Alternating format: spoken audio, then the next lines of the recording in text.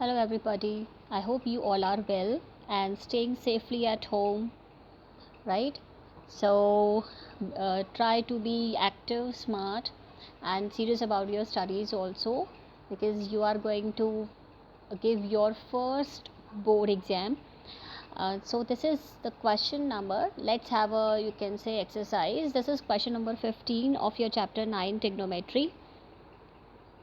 I think आप लोग सब बहुत सीरियसली पढ़ रहे हैं, हार्ड वर्क कर रहे हैं और अब तक सारे क्वेश्चंस कर भी लिए होंगे आपने. So this is the last second question of your NCERT book and the question is a straight highway leads to the foot of a tower. Straight highway leads to the foot of a tower. A man standing at the top of the tower observes a car at an angle of 30 degree. What the question is saying, एक street highway है आपका. This is the street highway leads to the foot of the tower. This is the tower जो उसके foot पे आके जाके ख़त्म हो रहा है. A man standing at the top of the tower. एक आदमी है जो, एक मैन है जो इस टार के टॉप पे खड़ा हुआ है.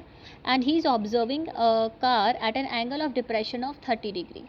Suppose car is here, C1 point पर है वो, and man is here at the top of the tower, और वो वहाँ से कार को ऑब्जर्व कर रहा है. ऑब्वियसली नीचे देख रहा है तो लाइन ऑफ साइट डाउनवर्ड्स जा रही है, तो एंगल ऑफ डिप्रेशन बन रहा है 30 डिग्री का. और एंगल ऑफ डिप्रेशन कैसे बनता है, this is your horizontal line and this is the line of site. So this angle, this red colour angle will be of 30 degree. ठीक है. अब ये अगर आपका 30 डिग्री का है तो ऑब्वियसली ये भी आपका 30 डिग्री का होगा. Alternate interior angles, because this horizontal line and this ground level are parallel to each other. Therefore this 30 and this 30 degree are same. Now next is which is approaching the foot of the tower with the uniform speed. अब वो टार की तरफ आ रहा है with the uniform speed, मतलब जो ये car है बहुत यूनिफॉर्म स्पीड पे, कोई कांस्टेंट स्पीड से आ रही है टार के पास. 6 seconds later the angle of depression of the car is found to be 60 degree. अब 6 seconds के बाद जो एंगल ऑफ डिप्रेशन बन रहा है मैन और कार का, दैट इज़ ऑफ 60 डिग्री. तो ये आपका 60 डिग्री का हो गया, this blue angle. So this angle will also be of 60 degree. Alternate interior angles. Find the time taken by the car to reach the foot of tower from this point. अब वो ये कहता है कि आप टाइम निकालिए, कितना time वो कार लेगी आपसे to reach the foot of a tower. मतलब मुझे यहाँ से लेकर यहाँ तक का टाइम निकालना है, C2 से लेके P तक पॉइंट तक का टाइम निकालना है हम लोगों को. ठीक है. तो ये क्वेश्चन थोड़ा सा डिफरेंट है, ये टाइम और डिस्टेंस के ऊपर और स्पीड के ऊपर बेस्ड क्वेश्चन है. ठीक है. Let's suppose the tower height be h. This is 30 degree, this is 60 degree. अब ध्यान से सुनेंगे what I am going to say. उसने बोला C1 से C2 पॉइंट पे आने के लिए कार ने 6 सेकेंड्स लिए. ठीक है. और कांस्टेंट स्पीड है, तो let the uniform speed of car be x metre per second, क्योंकि क्वेश्चन मीटर पर सेकेंड पे है तो स्पीड यूनिफॉर्म रहेगी x, this will remain same.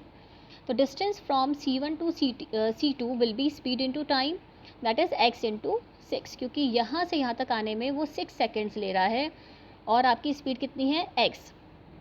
तो यहाँ से यहाँ तक का डिस्टेंस कितना हो जाएगा, speed into time, that is x into 6x. ये डिस्टेंस हो गया C1 से लेकर C2 तक. ठीक है. अब आगे देखिए, C2 से P तक का जो आपको टाइम निकालना है, पर आई नीड डिस्टेंस. तो सपोज कर लेते हैं टाइम वो t ले रहा है, मुझे नहीं मालूम how much time that car is going to take to reach the foot of the tower. तो लेट इट बी t, और x डिस्टेंस x स्पीड है जो यूनिफॉर्म है, दैट विल रिमेन सेम. तो C2 से P का जो distance है that will be tx. Right. This should be clear. ये 6x कहाँ से आया और ये tx कहाँ से आया, यही दो मेन चीज़ हैं इस पूरे क्वेश्चन में. ठीक है. यूनिफॉर्म स्पीड थी तो आपने वो x मीटर पर सेकेंड आपने एज्यूम कर लिया. यहाँ से यहाँ तक के लिए वो 6 सेकेंड्स का टाइम ले रहा है, तो टाइम इंटू स्पीड कर दिया 6x. फिर C2 से P तक का हमने टाइम सपोज कर लिया t, जो आपको निकालना है, and x is the speed that will remain same, क्योंकि वो यूनिफॉर्म स्पीड से आ रहा है. ठीक है. तो this will be tx. I think this is clear to you now. Fine. Let's do the calculation now. Similarly हमने यहाँ पे देखिए tx लिख दिया है. अब दोनों ट्राइंगल्स ले लेते हैं, साइमल्टेनियसली सॉल्व करने की कोशिश करेंगे. t C1P and t C2P. T C1P में आप क्या बोल सकते हैं, that is 1030 degree is equals to TP upon C1P.